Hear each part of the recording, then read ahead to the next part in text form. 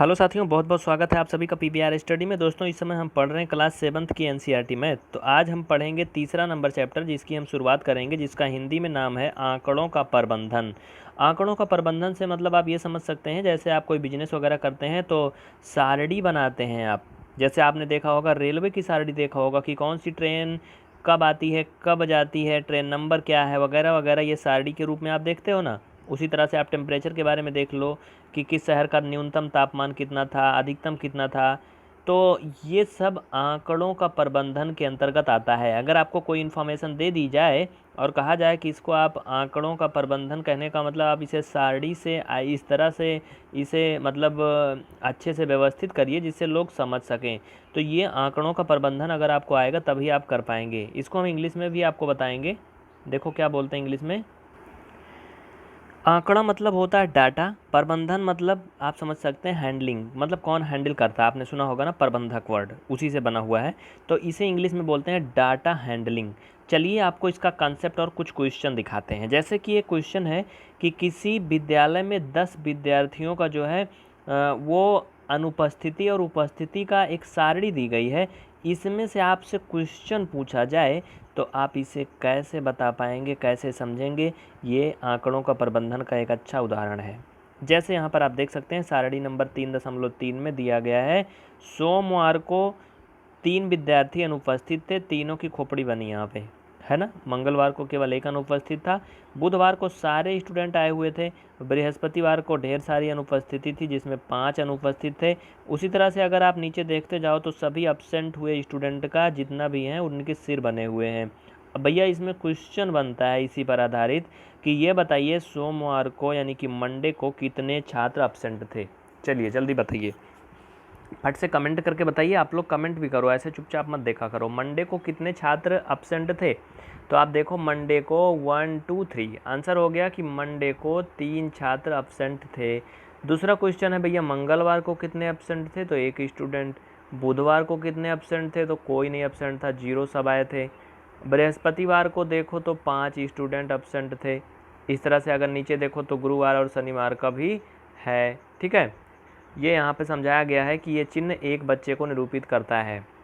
अब इसमें सबसे बड़ा जो क्वेश्चन बनता है आपको दिमाग लगाने वाला, वो ये है कि सबसे ज़्यादा अनुपस्थिति किस दिन थी।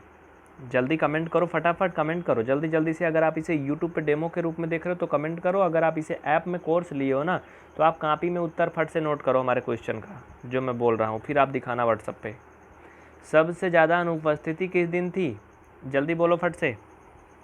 तो सबसे ज़्यादा जो अनुपस्थिति थी किस दिन थी? बृहस्पतिवार को थी, देखो 5 है। और अगर आपसे पूछा जाए कि सबसे कम अनुपस्थिति किस दिन थी, तो किस दिन थी? सबसे कम अनुपस्थिति किस दिन थी? तो भैया वो बुधवार को थी, क्योंकि बुधवार को 0 अनुपस्थिति थी, है ना। और अगर आपसे पूछा जाए कि सबसे कम और सबसे ज़्यादा अनुपस्थिति का अंतर क्या है, तो क्या करोगे? सबसे ज़्यादा अनुपस्थिति 5 - 0 = 5 है।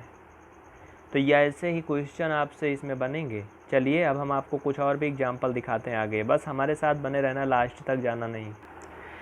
चलो अब हम आपको दिखाते हैं कि आंकड़ों का यानी कि डाटा का जो संगठन है वो कैसे होता है। देखो बहुत ध्यान से समझना।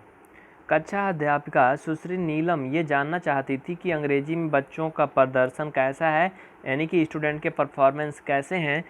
तो उन्होंने क्या किया, स्टूडेंट के जो अपटेंड मार्क्स थे यानी कि प्राप्तांक थे उनको लिखा। एक बच्चा 23 नंबर पाया था, दूसरा 35, एक 48, 30, 25, 46, 13, 27, 32, 38, इस तरह से स्टूडेंट ने नंबर प्राप्त किए थे। उनको उन्होंने ऐसे लिख दिया, देखो आपके स्क्रीन पे दिख रहा है। लेकिन इतने से ही काम नहीं चलने वाला था। इस रूप से इस आंकड़े को समझना आसान नहीं था। अगर कहा जाए कि कौन सा स्टूडेंट सबसे कम नंबर पाया था, तो इसे समझने में काफ़ी परेशानी होगी, थोड़ा दिमाग ज़्यादा लगाना पड़ेगा। तो इन्हें समझने के लिए उन्होंने क्या किया, एक सारणी में लिख दिया। सारणी देखो आपके सामने दिख रही है, अच्छी भी लग रही है। सारणी नंबर 3.4 है। इसमें क्या लिखा गया है कि रोल नंबर है, 50 में से प्राप्त नंबर है और नाम है। तो भैया ये इनको सीरियल से सिस्टम से लिख दिया। लेकिन अजय ने 23 नंबर पाए थे, अरमान ने 35 नंबर हासिल किए, इसी तरह से 48 नंबर आशीष को मिले, दीप्ति को 30 नंबर मिले हैं, फैजान उनसे भी कम 25 नंबर, और इसमें अगर देखें तो जिनका नाम है जय, भैया नाम तो जय है लेकिन इनकी विजय नहीं हुई, इन्हें केवल 13 नंबर पाए हैं। तो यहाँ से अगर समझना हो तो थोड़ा मुश्किल होता, दिमाग दौड़ाना पड़ेगा, खोजना पड़ेगा किस में कम है किस में ज़्यादा है। ये सारणी भी थोड़ा मुश्किल लगी।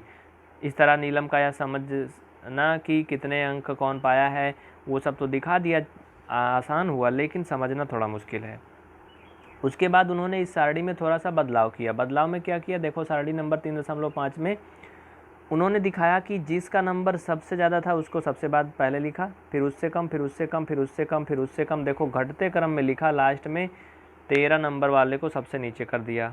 अब देखो ये सारणी कुछ और अच्छी हो गई, डाटा हैंडलिंग का फीचर समझो कैसे हैंडल किया जाता है। अब ये थोड़ा और आसान हो गई। अब इसमें से अगर पूछा जाए किसी का भी नंबर किसी भी तरह से तो आप चारों तरफ से बता सकते हो। अगर सबसे कम नंबर पूछा जाए तो 13 नंबर है, नीचे देख सकते हो, सबसे ज़्यादा सबसे ऊपर है, बस आपको कहीं खोजना नहीं है। तो ये सारणी थोड़ा सा और भी क्या हो गई, आसान हो गई। तो इसी तरह से क्या होता है, डाटा हैंडलिंग होता है। अब आपसे क्वेश्चन दिए जाएंगे, ऐसे ही बनाना पड़ेगा, लेकिन उसके पहले सब कुछ समझ लो। इसमें की लैंग्वेज थोड़ा अलग है तो घबराना नहीं। आपने अपने जीवन में औसत शब्द सुना होगा, औसत सुना होगा, एवरेज सुना होगा, क्योंकि हम लोग बहुत सा जो वर्ड है वो इंग्लिश में प्रयोग करते हैं, हिंदी से अनजान रहते हैं। जैसे आपने सुना होगा कि भैया हमारी कार जो है वो 35 का एवरेज देती है, हमारी बाइक जो है वो 80 का एवरेज देती है। तो ये एवरेज एवरेज तो लोग बोलते हैं, लेकिन वो नहीं जानते कि ये हिंदी वर्ड नहीं इंग्लिश वर्ड बोल रहे हैं। और अगर कोई उनसे इंग्लिश में बात कर ले तो कहेंगे ये तो बड़का विदेशी हुए हैं, भैया अंग्रेजी में बोल रहे हैं, लेकिन वो खुद इंग्लिश में बोलेंगे। यहाँ तक आपने देखा होगा गांव देहात में लोग गाली भी इंग्लिश में देते हैं, है ना, लेकिन लोग उसको बहुत अच्छे से समझते हैं, छोटे से ही रहते हैं तभी से, क्योंकि वो शुरू से वही सुनते हैं, इसलिए उसे समझ जाते हैं। तो एवरेज का हिंदी जो होता है उसे प्रतिनिधि मान भी कहा जाता है। प्रतिनिधि मान मतलब जानते हैं आप, प्रतिनिधि मान को एवरेज बोलते हैं। इसका आशय एवरेज शब्द से होता है। आपने सुना होगा और भी वर्ड कि ईसा या फिर कोई किसी का नाम ले लो, ईसा, मनीषा, निशा, मनीष, अपनी पढ़ाई में प्रतिदिन औसतन 5 घंटे का समय बिताती है। जैसे आपसे कोई पूछे कि भैया आप बताओ, चलो आप औसतन कितने घंटे पढ़ते हो, तो आप ऐसे बोलते हो लगभग 4 घंटे, लगभग 8 घंटे ना, लगभग मतलब वही औसत, ठीक है। और अगर आपने न्यूज़ वगैरह देखा होगा, टीवी वगैरह देखते होंगे, तो उस समय निकलता है कि इस समय जो इंडिया का एवरेज टेम्परेचर है वो 40 डिग्री तक पहुंच चुका है। मीडिया वाले चिल्ला चिल्ला के बताते हैं। तो ये एवरेज टेम्परेचर का मतलब ये है कि किसी दिन टेम्परेचर 28 डिग्री था, किसी दिन 45 भी था, किसी दिन 20 भी था, किसी दिन 38 था, तो ये सबका एवरेज निकल के 40 आया है, इसका यही मतलब हुआ। तो ये एवरेज शब्द से आप सभी परिचित हैं। इसके बाद आगे हम बढ़ें तो आपको इसमें का मुख्य बात बताते हैं, जिसके लिए हम इसको सबको दिखाए हैं, क्योंकि अभी आपसे इसमें एवरेज पूछा जाएगा तो हम आपको एवरेज के बारे में समझा चुके हैं। इसके बाद आता है अंकगणितीय माध्य या समांतर माध्य। अंकगणितीय माध्य या समांतर माध्य क्या होता है, देखिए इसके बारे में बात करते हैं। समांतर माध्य आपने सुना होगा, है ना। आंकड़ों के एक समूह के लिए अधिकांश प्रयोग किया जाने वाला प्रतिनिधि मान अंकगणितीय माध्य है। संक्षेप में इसे माध्य या समांतर माध्य भी कह सकते हो। इस प्रकार से समझने के लिए आइए निम्नलिखित उदाहरण को हम देखते हैं। 2 बर्तन में क्रमशः 20 लीटर और 60 लीटर दूध रखे हुए हैं। दूध को इंग्लिश में मिल्क बोलते हैं। यदि दोनों बर्तन में यानी डिश में बराबर बराबर दूध रख दिया जाए तो प्रत्येक बर्तन में कितना दूध होगा। जब हम इस प्रकार का प्रश्न पूछते हैं तब हम अंकगणितीय माध्य का प्रयोग करने के लिए कहते हैं। देखो एक बार फिर से दिमाग लगा लो भैया, 2 बर्तन हैं, एक में 20 लीटर दूध रखा है, कितना रखा है, 20 लीटर दूध रखा है, और दूसरा में कितना है, 60 लीटर दूध है। अब कह रहा है कि अगर हम इस दूध को दोनों बर्तन में बराबर बराबर करना चाहें तो कितने कितने लीटर दूध आएगा दोनों बर्तन में। जैसे में 20 है, में 60 है, ज़्यादा कम है ना, इसको बराबर करने को सोच रहा है कि दोनों में उतना ही दूध रहे। अगर इसमें भी 20 है तो इसमें भी 20 रहे, इसमें 60 है तो इसमें भी 60 रहे, लेकिन ये संभव हो नहीं सकता है। क्यों नहीं हो सकता है, क्योंकि दोनों में 60-60 हो नहीं सकता है, क्योंकि 60-60 करने के लिए 120 लीटर दूध चाहिए और हमारे पास केवल 80 लीटर दूध है। दोनों में 20-20 हो नहीं सकता है, क्योंकि दूध बहुत महंगा है भारत में। अगर 20-20 दोनों में करेंगे तो 20 लीटर दूध बचेगा, जो कि फेंकना पड़ेगा भैया, तो दूध फेंका नहीं जाता है, दूध को बहुत पवित्र माना जाता है हमारे यहाँ, है ना। तो करेंगे क्या फिर, मतलब ना फेंकना पड़े ना कहीं से लाएं, जो है उसी में बराबर बराबर बांट दें। तो इसके लिए हम निकालते हैं समांतर माध्य यानी कि अंकगणितीय माध्य या एवरेज या औसत। तो उसके लिए क्या करते हैं, पहले तो सिंपल से देख लो, उसके बाद फिर सूत्र पे देख लेना। उसके लिए दूध की कुल मात्रा कितनी है उसको जोड़ देंगे और फिर उसे कितनी जगह बांटना है उसको नीचे से भाग दे देंगे, यही हो जाएगा आपका एवरेज, यानी कि 20 + 60/2। इस तरह से इसको ऐड करोगे तो ये हो जाएगा 80/2। कम्प्लीटली इसका फाइनल आंसर हो जाएगा 4040। ठीक है, तो ये हो गया एक छोटा सा सवाल, बच्चों के लिए था ये। अभी बच्चों के पापा के लिए भी दिखेगा इसी में सवाल, बस देखते रहना। भले आप बच्चों के पापा नहीं बने हो लेकिन बन जाओगे भविष्य में, बस हिम्मत नहीं हारना। चलो, इस प्रकार आगे क्या कह रहा है, 40 लीटर दूध हो गया। औसत या अंकगणितीय माध्य, जिसे हिंदी में एम भी कह सकते हो आप शॉर्ट में, या केवल माध्य, इसे ऐसे कह सकते हो सभी प्रेक्षणों का योग बटा प्रेक्षणों की संख्या। भैया ये प्रेक्षण और उरेक्षण आपके कम समझ में आ रहा होगा, इसको हम देसी भाषा में बता दें, कुल पदों का योग बटा कुल पदों की संख्या। समांतर माध्य बराबर कुल पदों का योग बटे कुल पदों की संख्या, आप इसे ऐसे लिख सकते हो। ठीक है, ये समांतर माध्य या माध्य मतलब एक ही हुआ, सबका तरीका वही है, सब कुछ वही है। तो कुल पदों का योग मतलब कुल कितने पद हैं, जैसे एक 60 लीटर दूध था, एक 20 लीटर दूध था, तो 2 पद हैं, एक 60 लीटर है, एक 20 लीटर है। तो 20 धन 60 मतलब ये कुल पदों का योग बटे कुल पदों की संख्या का मतलब कितना था, ये 2 बार था ना, एक 60 था एक 20 था, तो बटा 2, बस यही मतलब होता है। इसके अलावा अगर उदाहरण नंबर अगला देखो तो इसमें और ज़्यादा है, तो इसको भी वैसे कर लोगे, इसमें कोई बड़ी मुसीबत नहीं है। कह रहा कि आशीष 3 कर्मागत दिनों में 5 घंटे 4 घंटे 3 घंटे पढ़ता है, तो ये बताओ औसतन कितने घंटे पढ़ता है। भैया इसका उत्तर जो है जल्दी से कमेंट करके बता दो फटाफट, क्योंकि आप काफ़ी समझदार हो। जल्दी से हो गया सभी का कमेंट। कुछ तो ऐसे शर्माते हैं जैसे नई नवेली दुल्हन, वो कमेंट करते ही नहीं है, बस मुंह बना के देखते रहते हैं कि भैया कोई लिख दे तो ठीक है, क्योंकि ना वो दिमाग लगाते हैं ना उनका दिमाग चलता है, दिमाग में धीरे धीरे जंग लग जाता है, जैसे गाँव में बरसात में पड़े हुए खुरपे में जंग लग जाता है भैया, फरुआ जिसका प्रयोग नहीं होता है ना। तो चलो आगे, अगला क्वेश्चन है, एक बल्लेबाज ने 6 पारियों में नीचे जो रन बनाए हैं वो दिया गया है, तो कह रहा है उसके एक पारी में उसके द्वारा बनाए गए रनों का माध्य ज्ञात कीजिए। रनों का माध्य या समांतर माध्य या अर्थमेटिकल मीडियन जो है वो एक ही जैसे होगा, आप इसे कर लो। अब मैं एक भी नहीं बताने वाला हूँ, इसको कर लेना और कमेंट करना करके जल्दी से उत्तर देख लो, क्वेश्चन दिख रहा है सब, हो गया। चलें आगे, इस तरह से आप इसे निकाल लोगे। इसके बाद अगर हम आगे बढ़ते हैं तो वो भी देख लो आगे, अब इसमें ज़्यादा कुछ है ही नहीं। प्रसार या परिसर एक बहुत ही महत्वपूर्ण पार्ट है, इसको भी देख लो।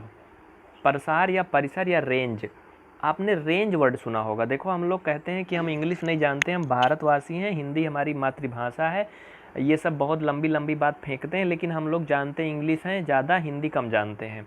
आपने सुना होगा, कहते हैं कि मतलब उसकी मिसाइल जो देखिए परीक्षण वगैरह होता है, तो कहते हैं कि दूर से धरती से सतह पर मार करने वाली 350 किलोमीटर रेंज की मिसाइल का परीक्षण हुआ, ऐसे ऐसे न्यूज़पेपर वगैरह में निकलता है, आपने सुना होगा ना।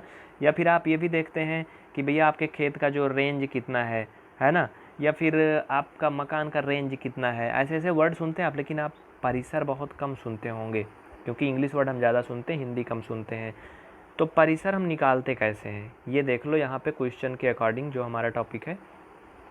इसमें क्या करते हैं, जैसे अगर आपसे कहा जाए कि हमारी क्लास में 10 बच्चे हैं, जिसमें सबसे ज़्यादा उम्र का बच्चा 28 साल का है, और उसमें एक बच्चा 23 साल का है, एक 12 साल का है, और एक बच्चा है भैया 18 साल का, एक 16 साल का है। अब कहा जाए इन बच्चों का परिसर ज्ञात कीजिए या रेंज ज्ञात कीजिए, मतलब वो बच्चे कितने के अंतर्गत आते हैं, इनकी रेंज बताइए। तो ये रेंज निकालने के लिए हम सबसे बड़ा वाला नंबर लेते हैं और सबसे छोटका वाला लेते हैं, दोनों को घटा लेते हैं, यही रेंज होती है, बस यही जान लो। ठीक है, इसको इसमें से घटाओगे तो कितना आएगा, 16 आएगा ना, हमें लग रहा है ना, 16। तो यानी कि इसकी रेंज क्या है, 16 है, इसी को बोलते हैं रेंज। चलो आगे कुछ एग्जाम्पल आपको दिखाते हैं, बस हमारे साथ बने रहना। NCERT का सारा सोल्यूशन आपको मिलेगा। ठीक है, एक क्वेश्चन थोड़ा और दिमाग लगाने वाला है, इसको भी देख लो।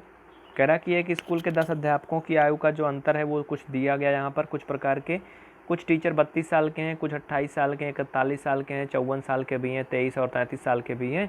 तो बताइए कि सबसे कम उम्र वाले अध्यापक की आयु क्या है तथा सबसे छोटी उम्र वाले अध्यापक की आयु क्या है। देखो भैया, कम बोलें या छोटी बोलें मतलब एक हुआ, सबसे बड़ी बोलें तो अलग हो गया। तो सबसे बड़ी उम्र का जो अध्यापक हैं इसमें वो मिस्टर, यहाँ पे देखो तो 54 साल के हैं। सबसे कम उम्र वाली अगर बात करें तो यहाँ पे जो टीचर हैं वो 23 साल के हैं। हो गया उत्तर। लेकिन इसको अगर आप सारणीबद्ध करोगे फिर उत्तर निकालोगे तो आसानी होगी, बाकी ऐसे दिमाग लगाने में थोड़ा टेंशन ज़्यादा होगी। अध्यापकों की आयु का परिसर क्या है?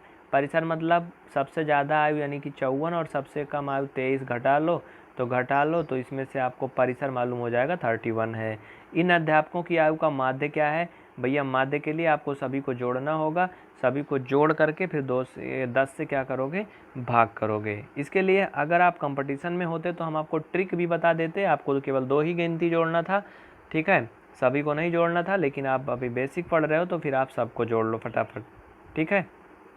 चलें फिर आगे, तो ये आप कर लोगे। इसके बाद आते हैं, अब आ गया एक्सरसाइज में देखिए जैसे 3.1 है तो 3.1 में क्या कहता है? अपनी कक्षा के किन्हीं 10 विद्यार्थियों की ऊंचाइयों का परिसर ज्ञात कीजिए। तो परिसर का मतलब होता है रेंज मतलब अभी हमने आपको दिखाया था इसके पहले, जिसे हिंदी में प्रसार भी बोलते हैं। तो इसमें कक्षा के जो 10 विद्यार्थी हैं उनकी ऊंचाई क्या है? वो दी तो गई नहीं है, कह रहा अपनी कक्षा के 10 विद्यार्थियों का परिसर ज्ञात कीजिए। तो भैया जो विद्यार्थी होते हैं कक्षा 7 में पढ़ते हैं तो उनकी ऊंचाई लगभग कितनी होती है? आप दिमाग लगा लो। कक्षा 7 में पढ़ने वाला विद्यार्थी 12 से 13 साल का होता है। तो 12 से 13 साल का विद्यार्थी है अगर, तो उसकी ऊंचाई अगर सेंटीमीटर में ले लें तो भैया वो 150 सेंटीमीटर तो होगा नहीं, बहुत ज़्यादा होगा, 120 सेंटीमीटर होगा, है ना। जो बहुत ज़्यादा बड़ा होगा लगभग 120 सेंटीमीटर होगा, 100 सेंटीमीटर होगा, ऐसे ऐसे वगैरह वगैरह लगभग में होगा ना, या फिर 180 भी हो सकता है, ज़्यादा छोटा बड़ा भी हो सकता है। तो इस तरह से बहुत सारे 10 विद्यार्थी होंगे अलग अलग। तो कह रहा उनका परिसर ज्ञात कीजिए। तो सबसे बड़ा जो विद्यार्थी है मान लो कि 160 सेंटीमीटर है, सबसे छोटा जो है मान लो 90 सेंटीमीटर है। दोनों को घटा लो, जो आएगा वो रेंज हो जाएगा। समझ गए ना? इसमें आपको खुद से ही बनाना है। हाँ, दूसरे वाले में दिया है, इसमें हमें खुद से निकालना है। कह रहा है कि कक्षा के एक मूल्यांकन में प्राप्त किए गए निम्नलिखित अंकों को एक सारणीबद्ध रूप में संगठित कीजिए। चलो देखो, बहुत ही आसान है ये। कक्षा के मूल्यांकन में प्राप्त निम्नलिखित अंकों को सारणीबद्ध रूप में संगठित कीजिए। देखो इसमें जो कुछ बच्चे हैं वो एग्ज़ाम दिए हैं, उनको सारणीबद्ध रूप में लिखना है। कैसे लिखोगे ध्यान से देखना। देखो इसमें जो बच्चे हैं उनके अंक अलग अलग आपको दिए गए हैं और आपको दिख भी रहे हैं। अगर आप कहें तो हम जूम करके आपको दिखा दें, लेकिन थोड़ा सा ये जूम करने के बाद फटने लगता है, तो वो भी आपको ही यहाँ पे देखना होगा, समझना होगा। कोई बच्चा 4 नंबर पाया है, कोई 10 पाया है, कोई 6 पाया, 7, 5, 3, 2 ऐसे इत्यादि कुछ बच्चे अलग अलग नंबर पाए हुए हैं। अब इसमें पूछ क्या रहा है वो भी देख लो। चलिए अब ध्यान से देखना, जो भी कह रहा है वैसे वैसे करना है। कक्षा के मूल्यांकन में प्राप्त किए गए निम्नलिखित अंकों को सारणीबद्ध रूप में संगठित कीजिए। इसके लिए आपको एक सारणी बनाना है। सारणी बनाना मैंने आपको ऊपर दिखा दिया था, कैसे मैडम ने सारणी बनाया था, उसी तरह से आपको बनाना है।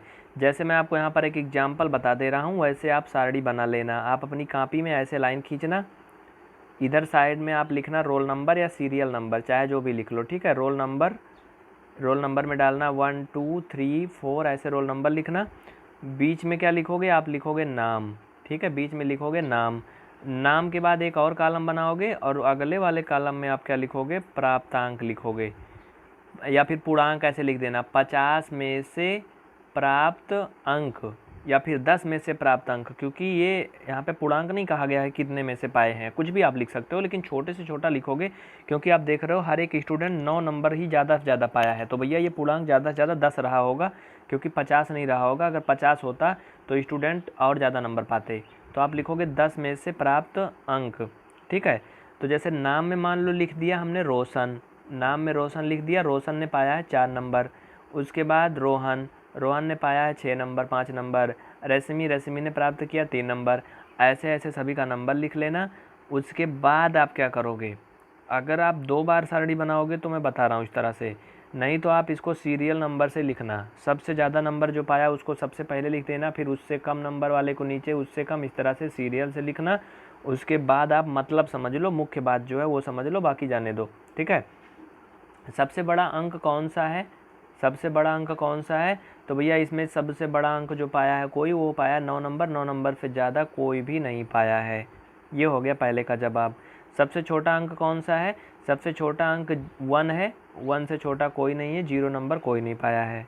इन आंकड़ों का परिसर क्या है? परिसर का मतलब होता है रेंज, जो सबसे बड़ा है जो सबसे छोटा उसको घटाते हैं, तो इसका परिसर है 8। इसके बाद कह रहा है इसका अंकगणितीय माध्य क्या है? अंकगणितीय माध्य के लिए आपको सभी संख्याओं को जोड़ना है जितने भी हैं, उसके बाद ये जितनी संख्याएं हैं गिनती में, जैसे 10 हैं या 12 हैं, उतने से भाग कर देना है। ट्रिक के लिए आप पहली और अंतिम संख्या जोड़ करके 2 से भाग कर दोगे, ये ट्रिक वाला मैटर है, ठीक है। तो 7 4 11 कर लेना आप इसको, ठीक है। उसके बाद अगला क्वेश्चन कह रहा तीसरा, प्रथम 5 पूर्ण संख्याओं का माध्य ज्ञात कीजिए। पूर्ण संख्या मतलब आपको मैं पहले ही बता चुका हूँ, जैसे आपको इंटीजर वगैरह पढ़ाया गया था उस समय आपको बताया गया था होल नंबर। होल नंबर होता है, पूर्ण संख्या होती है। तो प्रथम 5 पूर्ण संख्याओं का माध्य ज्ञात कीजिए। भैया पूर्ण संख्याएं शुरू कहाँ से होती हैं, पहले आप ये जान लो। पूर्ण संख्या को इंग्लिश में होल नंबर बोलते हैं। होल नंबर की स्टार्टिंग 0 से होती है, जबकि नेचुरल नंबर की शुरुआत 1 से होती है, तो इसको याद रखना। तो प्रथम 5 पूर्ण संख्याओं का माध्य मतलब पहली पूर्ण संख्या 0, सभी पूर्ण संख्याएं हैं 0 को ले लो, 1 2 3 और 4। इनका कह रहा है क्या निकालो, इनका निकालो माध्य। माध्य मतलब सभी को जोड़ लो। तो 4 3 7 2 9 1 10, 10 बटे कितना हो जाएगा, कुल संख्या है 5, तो 10 बटे 5 हो जाएगा, मतलब आएगा 2, यानी इसका आंसर कितना आएगा 2। प्रथम 5 पूर्ण संख्याओं का माध्य कितना होगा 2।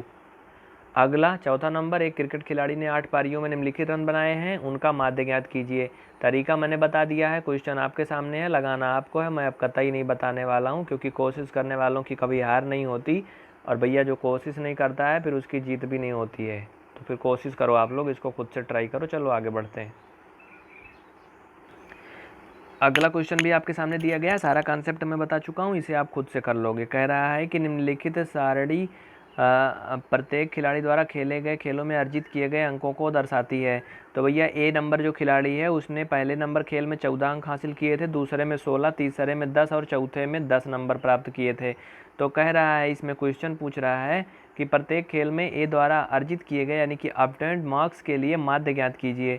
तो भैया माध्य कैसे ज्ञात करोगे, आपको मैं पहले से बता चुका हूँ, कुल पदों का योगफल बटे कुल पदों की संख्या, मतलब ये सब कुछ जोड़ लो, 14 16 10 10 जोड़ लो, 10 10 20 हो जाएगा, 14 16 जोड़ोगे 30 हो जाएगा, 30 20 50 हो जाएगा, 2 मतलब कि इसका माध्य आ गया 25, यानी कि इसका जो एवरेज अंक था, औसत था, वो कितना है 25 है।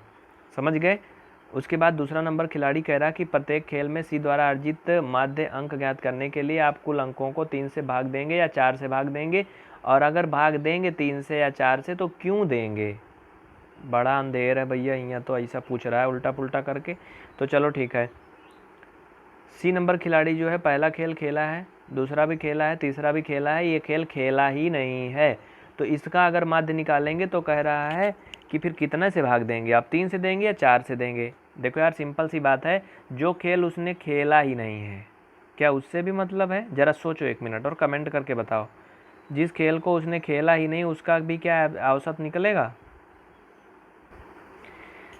देखिए ये खेल की बात है, एग्ज़ाम की बात नहीं है। अगर ये एग्ज़ाम की बात होती और कोई भी छात्र 5 विषय में से 4 विषय का पेपर देता, एक विषय का पेपर न देता, तो उसके लिए पूर्णांक नहीं बदला जाता, पूर्णांक वही रहता। लेकिन इसमें उसने क्या किया है, एक खेल खेला ही नहीं, सिर्फ 3 खेल खेला है। अगर इसका परफॉर्मेंस देखा जाए तो वो जो खेला है उसी का ही निकाला जाएगा, यानी हम इसे 3 से भाग देंगे, और ऐसा इसलिए करेंगे क्योंकि उसने चौथा खेल खेला ही नहीं था। और उसके बाद क्या पूछ रहा है, बी ने सभी 4 खेलों में भाग लिया है, आप उसके अंकों का माध्य किस प्रकार ज्ञात करेंगे। तो सभी अंकों को जोड़ेंगे उसके और उसको 4 से भाग करेंगे। फिर कह रहा है कि किसका प्रदर्शन सबसे अच्छा है। तो भैया किसका प्रदर्शन सबसे अच्छा है, आप ऊपर देख सकते हैं खुद ही, जो सबसे ज़्यादा नंबर पाया होगा उसका प्रदर्शन सबसे अच्छा है, यानी कि ए का प्रदर्शन सबसे अच्छा है, क्योंकि उसका जो है हर एक खेल में अंक ज़्यादा है। अगला कह रहा विज्ञान की एक परीक्षा में विद्यार्थियों के एक समूह द्वारा 100 में से प्राप्त किए गए अंक दिए गए हैं। एक विद्यार्थी 85 प्राप्त किया था, दूसरा 76, 90, 85, 39 वगैरह वगैरह। तो पूछ रहा है कि विद्यार्थियों द्वारा प्राप्त सबसे अधिक अंक और सबसे कम अंक कितने हैं। तो भैया इसमें सबसे अधिक अंक आपको दिख रहे हैं 90 हैं, और सबसे कम अंक की अगर बात करें तो वो है 39, है ना। बाकी सब निकाल लेना, वैसे वैसे है जैसे मैंने बताया है, इसमें कुछ और नया नहीं है। अब मैं एक भी नहीं बताने वाला हूँ, क्योंकि आप सब कर लोगे, बहुत अच्छे बच्चे हो आप सब, है ना। जितना भी दिया गया इनको सबको कर लेना। मैंने तरीका सेम टू सेम बता दिया है आपको। हम इसमें मेथड सिखाते हैं, ना कि क्वेश्चन छापते हैं। अगर आप मेथड सीख गए हो तो सब कर लोगे, इसमें कोई मुश्किल नहीं है। नहीं सीखे हो तो कभी नहीं कर पाओगे। तो भैया सीखने की कोशिश करो। नहीं समझ में आया तो वीडियो को फिर से देखो, दोबारा देखो, बार बार देखो, 1000 बार देखो। देखने की चीज़ है, देखते रहो। तो ये एक्सरसाइज यहीं पे ख़त्म होती है, जिसका नाम था एक्सरसाइज 3.1 क्लास 7th की एनसीईआरटी मैथ थी। इसके बाद हम अगली एक्सरसाइज में पढ़ेंगे 3.2, जिसमें हम पढ़ेंगे बहुलक वगैरह के बारे में। तो फिलहाल आज के लिए इतना ही। आप सभी अगली क्लास के लिए इंतजार करिएगा, जल्दी ही उसे हम ऐप के माध्यम से अपडेट करेंगे। अगर आप इस क्लास को डेमो के रूप में यूट्यूब पर देख रहे हैं तो कृपया PVR स्टडी ऐप डाउनलोड करें, और PVR स्टडी ऐप के अंतर्गत जा करके आप पूरा कंप्लीट क्लास पा सकते हैं। इसके लिए किसी प्रकार की इंक्वायरी के लिए आप हमें इस नंबर पर फ़ोन कॉल या व्हाट्सअप भी कर सकते हैं। तो साथियों, मिलते हैं फिर नेक्स्ट वीडियो में। जय हिंद, जय भारत। स्वदेशी प्रयोग करें, विदेशी कोई भी सामान का प्रयोग ना करें, और भारत की तरक्की में अपना योगदान दें।